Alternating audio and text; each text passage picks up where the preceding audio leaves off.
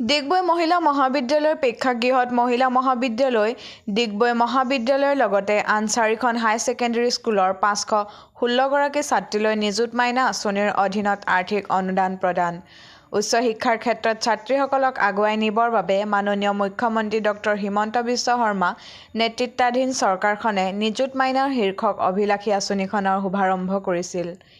এই আঁচনিৰ অধীনত উচ্চ শিক্ষা গ্ৰহণ কৰি থকা ছাত্ৰীসকলক বছৰি 10,000 টকা অনুদান প্ৰদান কৰা হ'ব।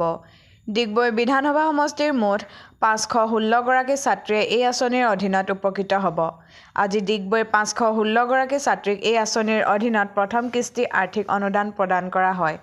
মহিলা মহাবিদ্যালয়ৰ প্ৰেক্ষাগৃহত অনুষ্ঠিত হোৱা অনুষ্ঠানত ডিগবৈৰ বিধায়ক সুৰেন ফুকনে ছাত্ৰীসকলৰ হাতত এই আৰ্থিক অনুদান প্ৰদান কৰে।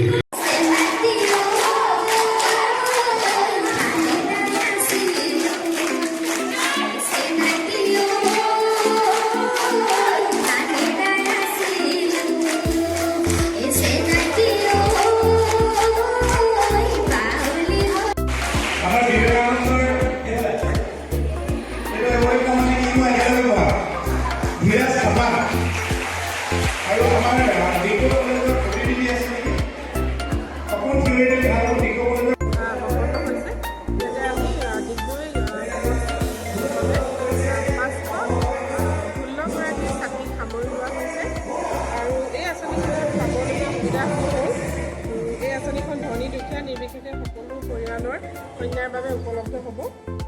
এই আঁচনিখনত একাদশ শ্ৰেণীত নামভৰ্তি কৰা প্ৰতিগৰাকী যোগ্য ছাত্ৰীৰ বাবে মাহিলী 1,000 টকাকৈ, মুঠতে 10 মাহলৈ বছৰত মুঠতে 10,000 টকা। স্নাতক BA, BSc, BCom প্ৰথম বৰ্ষত নামভৰ্তি কৰা প্ৰতিগৰাকী যোগ্য ছাত্ৰীৰ বাবে মাহিলী 1,250 টকাকৈ, সৰ্বাধিক 10 মাহলৈ বছৰত মুঠ 12,500 টকা। স্নাতকোত্তৰ MA, MSc, MCom, B.Ed প্ৰথম বৰ্ষত নামভৰ্তি কৰা প্ৰতিগৰাকী যোগ্য ছাত্ৰীৰ বাবে মাহিলী 2,500 টকাকৈ, সৰ্বাধিক 10 মাহলৈ বছৰত মুঠ 25,000 টকা তেওঁলোকে লাভ কৰিব। আৰু আমি আশা কৰিছোঁ যে আমাৰ ডিগবৈ অঞ্চলৰ আমাৰ যিসকল ছাত্ৰী আছে সেই ছাত্ৰীসকলে এই যিটো টকা আছে তাৰ সম্পূৰ্ণ সুবিধা গ্ৰহণ কৰিব আৰু তেওঁলোকে ভৱিষ্যতৰ দিনবোৰ সুন্দৰ হ'ব আৰু তেওঁলোকৰ শিক্ষা জগতখনত আগবাঢ়ি যাবলৈ এই টকাটোৱে যথেষ্ট সহায় কৰিব। ধন্যবাদ। Thank you.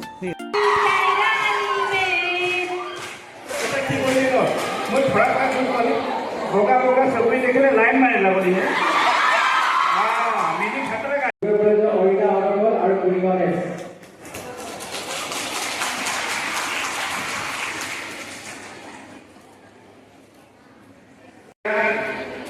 এই মহাবিদ্যালয়ৰ আমাৰ সন্মানীয় অধ্যক্ষা ডক্টৰ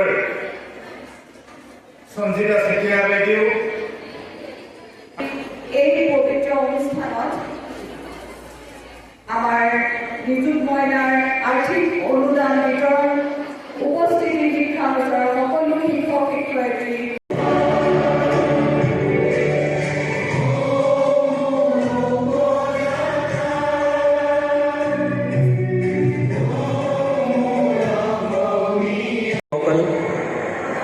মৰমৰ ছাত্ৰীসকল, জয়তে আপোনালোক সকললৈ আন্তৰিক শুভেচ্ছা আৰু অভিনন্দন জ্ঞাপন কৰিছোঁ। আজি আমাৰ মাননীয় মুখ্যমন্ত্ৰী ডক্টৰ হিমন্ত বিশ্ব শৰ্মা ডাঙৰীয়াই মুকলি কৰিলে। আমি এতিয়া ডিগবৈ মহিলা মহাবিদ্যালয়ত ইয়াত উপস্থিত আছোঁ। ডিগবৈৰ সমষ্টিটোৰ 516 গৰাকী ছাত্ৰীক আজি নিযুত মাইনাৰ আঁচনি চেক বিতৰণ কৰা হৈছে প্ৰায় 55 লাখ টকাৰ। গতিকে মাননীয় মুখ্যমন্ত্ৰী ডাঙৰীয়াই বিশেষকৈ আমাৰ কন্যা শিশুসকলক আৰ্থিকভাৱে কিছু হ'লেও সকাহ দিয়াত আজি ছাত্ৰীসকলে যথেষ্ট সকাহ পাইছে। মাননীয় মুখ্যমন্ত্ৰী ডাঙৰীয়াক ধন্যবাদ দিছে। আৰু যোৱা সময়ছোৱাতো আমিও বিধায়ক হিচাপে ছাত্ৰ ছাত্ৰীসকলৰ মাজত আমি স্কলাৰশ্বিপ দিছোঁ। মাননীয় মুখ্যমন্ত্ৰী ডাঙৰীয়াই যোৱা 8 বছৰ প্ৰত্যেকগৰাকী বিধায়কক প্ৰায় 4 কোটিকৈ টকা ইতিমধ্যে আমাক অনুদান দিছিলে। আমি অনুদান বিভিন্ন সময়ত মেধা ছাত্ৰ ছাত্ৰীসকলক দিছোঁ। আজি অনুষ্ঠানটি খুবেই ভাল হৈছে, যিহেতুকে ইয়াত জিলা প্ৰশাসন, মহাবিদ্যালয় যিসকল প্ৰবক্তা আছে, আমাৰ অধ্যক্ষ আছে, ডিগবৈ মহাবিদ্যালয়, ডিগবৈ মহিলা মহাবিদ্যালয়, আমাৰ টিংৰাই হায়াৰ ছেকেণ্ডেৰী, হৌমাৰ higher secondary, Vivekananda higher secondary, তাৰপাছত আমাৰ ৰাষ্ট্ৰীয় বিদ্যালয়, এনেধৰণে প্ৰায় 4খনমান হায়াৰ ছেকেণ্ডেৰী, 2খন মহাবিদ্যালয় সমবেত হৈ 516গৰাকীক দিলে। গতিকে যথেষ্ট সন্তুষ্টি প্ৰকাশ কৰিছে। আমি ইয়াত বহু অভিভাৱক আছে, আজি অভিভাৱকেও মাননীয় মুখ্যমন্ত্ৰীক ধন্যবাদ দিছে।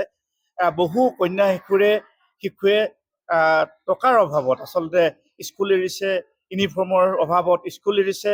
তেনে ক্ষেত্ৰত মাননীয় মুখ্যমন্ত্ৰী ডাঙৰীয়াই যিটো আৰ্থিক অনুদান দিছে, খুব তেখেতসকলে প্ৰশংসা কৰিছে। আৰু বিধায়কসকলে যিখিনি আমি যোৱা সময়ছোৱাত 4 কোটি টকা দিলোঁ বুলি কৈছোঁ, বছৰত আমি 50 লাখ টকা দিওঁ। এই 50 লাখ টকা পোৱাটো তেখেতসকলে যথেষ্ট সকাহ পাইছে। আৰু অহা দিনবিলাকত আমি বিধায়কসকলৰ লগতে মাননীয় মুখ্যমন্ত্ৰী ডাঙৰীয়াক আমি সকলো ক্ষেত্ৰতে আমি সহযোগিতা আগবঢ়াই যাম।